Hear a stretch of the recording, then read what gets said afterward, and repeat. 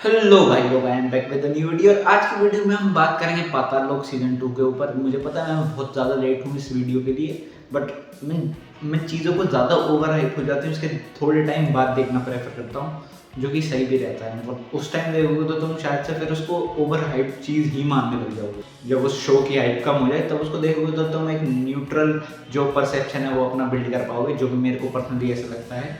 तो मैंने हाँ पाताल लोक सीजन 2 अब देखा जाके हो या उसको टाइम रिलीज हुए। तो अब बात करेंगे उसी के बारे में, थोड़ी लंबी बातचीत हो सकती है, तो अपनी कुर्सियों की पेटी बांध लें और या राइड चालू होती है कि राइड चालू होती है। तो जैसे कि फर्स्ट सीजन से आपको एक कैरेक्टर के बारे में पता है जो कि बहुत ज़्यादा फेमस भी हुआ था, ऑब्वियसली हाथीराम चौधरी। उसके पास एक केस आया है, एक आदमी का मिसिंग होने का केस। जब उस पर वो तहकीकात करता है तब वो पता चलता है आसाम के एक या ड्रग लॉर्ड या किंग पिन के मर्डर से कनेक्टेड है इन अ वे।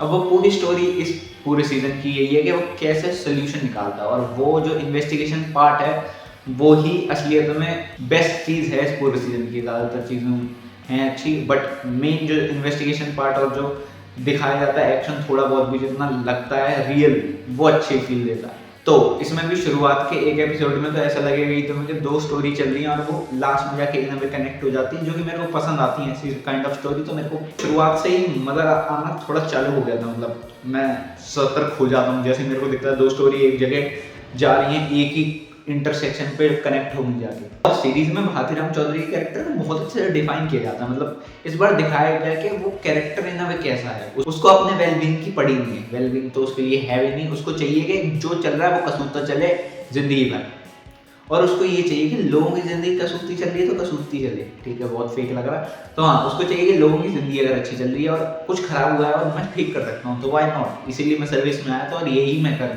और सीरीज के सेकंड एपिसोड में तो मैं हाथीराम चौधरी की एक तरीके से जगह पता चलेगी कि पुलिस डिपार्टमेंट में उसको रखा कहाँ जाता है। जब वो केस सॉल्व कर लेता है, अकेले घुस के इसके सारे सस्पेक्ट को पकड़वाता है, उस ड्रग डीलिंग के लॉर्ड को, तो उसको क्रेडिट नहीं दिया जाता है। उसके ऊपर जो सीनियर है, क्योंकि वो आ गया था अपनी फोर्स को लेके, तो उसको ऑब्वियसली ऑफिशियल ऑनर मिलता है कि आपने पकड़वाई है, फोटो आपकी खींचेगी। जब वो साइड में चाय पी रहा होता है तो उसको पार्ले जी हाथ में होता है, साइड में सर्विस डॉग होता है उसके साइड में, तो उसको कुछ बिस्किट ऑफर कर देता है। तो जो उसका ओनर होता है वो उसको टोक देता है कि ये सब नहीं खाता, ऐसे मत करना मेरी बात को।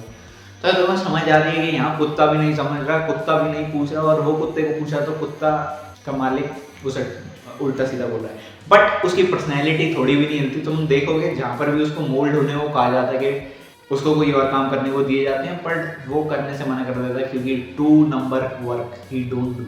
2 नंबरी का काम कोई नहीं करेगा वो।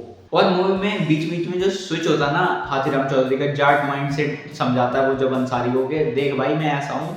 वो एक जो कन्वर्सेशन है वो गाड़ी के अंदर जब एक्सप्लेन करता है कि मैं आपको सर ना बोल के एक बार अंसारी बोल सकता हूँ, और फिर वो जो एक्सप्लेन करता है, वो ब्रदरहुड जो बॉन्ड बिल्ड करते हैं वो मजा आता है। मतलब ऐसा लग रहा था कॉप डुओ चल रहा है, जो कि बहुत सारी मूवी में देख रखा है हमने, तो वो फील अच्छी होती है ज़्यादातर। पूरी सीरीज में जो जो चीज़ें अच्छी हैं वो मैं बताना चालू करता हूँ कि पूरी सीरीज में जो सीक्वेंस हैं, जहाँ पे भी इन्वेस्टिगेशन चल रही है, जो भी सीक्वेंस चल रहे हैं, चेजिंग सीक्वेंस और जो भी इन्वेस्टिगेशन सीक्वेंस रखे गए हैं, वो बहुत ही अच्छे से प्लान करके रखे गए हैं। कुछ कुछ मिस्टेक्स तो मैं ऑब्वियसली लग सकती हैं सीरीज में, बट मुझे पर्सनली नहीं लगी।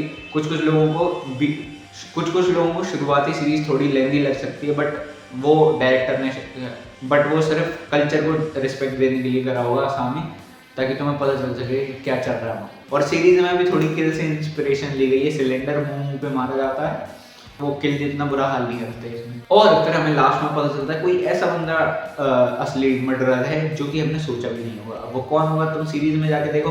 मतलब हाँ, बहुत ही अनएक्सपेक्टेड बंदा था, जो भी था तुम्हें समझ आएगा।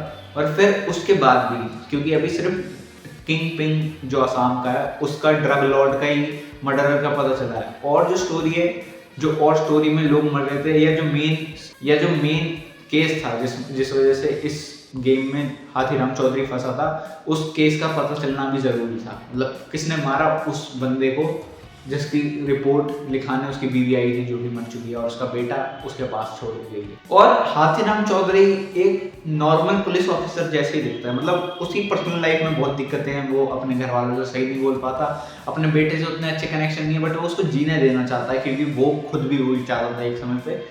और वो किसी और के बच्चे को भी उतना ही प्यार देना चाहता है जो उस बच्चे से छिन चुका है, और उसको उसका हक दिलाना चाहता है। इतनी पूरी स्टोरी चल रही होती है, उसकी पर्सनल लाइफ में उसके बेटे का बर्थडे और सब चीज़ें चल रही होती हैं, बट वो अपनी ड्यूटी को प्रेफरेंस फर्स्ट देता है हमेशा। और जब उसने एक बार ये करना छोड़ा था तो उसको बहुत ही बड़ा हर्जाना भुगतना पड़ा, जो कि सीरीज में तुम्हें पता चलेगा। एक कैरेक्टर या 2 कैरेक्टर जो सीरीज में दिखाए गए हैं उनका कुछ हुआ है, देखोगे तो पता चलेगा। और लास्ट में जब उसका जो सीनियर है, जिससे फर्स्ट सीजन में उसकी बिल्कुल नहीं बनी, सेकंड सीजन में भी धीरे धीरे बनता हुआ दिखाया गया, वो बहुत अच्छा दिखा। एंडिंग में भी बकैती करते हुए एंड करते हैं उन दोनों के एंडिंग में भी दोनों कैरेक्टर्स को क्लोजर दिया जाता है बकैती के स्टाइल में, तो मजा आया। और जब लास्ट हिंट क्लिक करता है चौधरी के दिमाग में, तो वो जो इन्वेस्टिगेशन करता है उसके पहले ही हमें पता चलता है कि चौधरी जब अपने ट्रेनिंग पीरियड में था तो बेस्ट इंस्पेक्टर या बेस्ट पुलिस ऑफिसर नहीं बन पाया, क्योंकि इस पूरी रेड गेम में तुम्हें भी एक बिल्ली या चूहा बनना ही पड़ेगा अगर तुम्हें दौड़ना है तो। और मूवी में जो एंड होता है वो बहुत तगड़ा है, मतलब। और जो कैरेक्टर है जिस केस को पकड़ा था हाथीराम चौधरी ने, जब वो उसका हक का पैसा लेके निकलता और कहता है कि बस उसके हक का इतना ही था, 2 करोड़ में से सिर्फ 5 लाख लेके निकला है। और उसके बाद जो पे बैक किया गया है उस सीक्वेंस में उस कैरेक्टर को, सेक्सोफोन बज रहा है। क्यों बज रहा है? ऑब्वियसली जो बंदा है जो मरा था वो सेक्सोफोन बजाता था बैंड में, और ये दिमाग में छपने वाले सीन है, मतलब अगर किसी ने नोटिस नहीं किया, वैसे कर ही लिया होगा। तो हाँ, मुझे पर्सनली वो जब उन्होंने साउंड डाला तो मुझे और अच्छा लगा। और वो जब जैसे ही बच्चे को पकड़ता है और वो जैसे ही ट्रेन में जाता है, पैसे देता है और बाय करके आता है उस बच्चे को, तो उसकी आंखों में जो बच्चे की चमक थी, गुड। और मूवी का एंड सीन सिर्फ ऐसे खुला ओपन एंडिंग के साथ छोड़ दिया कि justice is served, Hathiram Chaudhary is happy, finally smile है उसके चेहरे पे, और उसे यही चाहिए था। वो बस चाहता था कि उस बच्चे को जस्टिस दे पाए जिसकी माँ उसके पास आई थी उसके बाप को ढूंढने के लिए, बट वो उन दोनों को ही खो देता है, बट उस बच्चे को जस्टिस मिल चुका है। तो हाँ, हैप्पी एंडिंग तो नहीं कह सकते, बट हाँ कोशिश करी गई कि उस बच्चे को अच्छी एंडिंग दे सकें। उसके दादा दादी का ऑपरेशन हो जाएगा, उसमें पैसे दिया है हाथीराम चौधरी। तो हाँ, सीरीज़ यहीं एंड होती है और मैं सीरीज़ के सीज़न 3 का वेट करूँगा। ऑब्वियसली मुझे पसंद आया सीज़न, तो हाँ अगर जब भी आएगा तो मैं अब वेटिंग में लिख लूँगा और देखूँगा जल्दी उसको।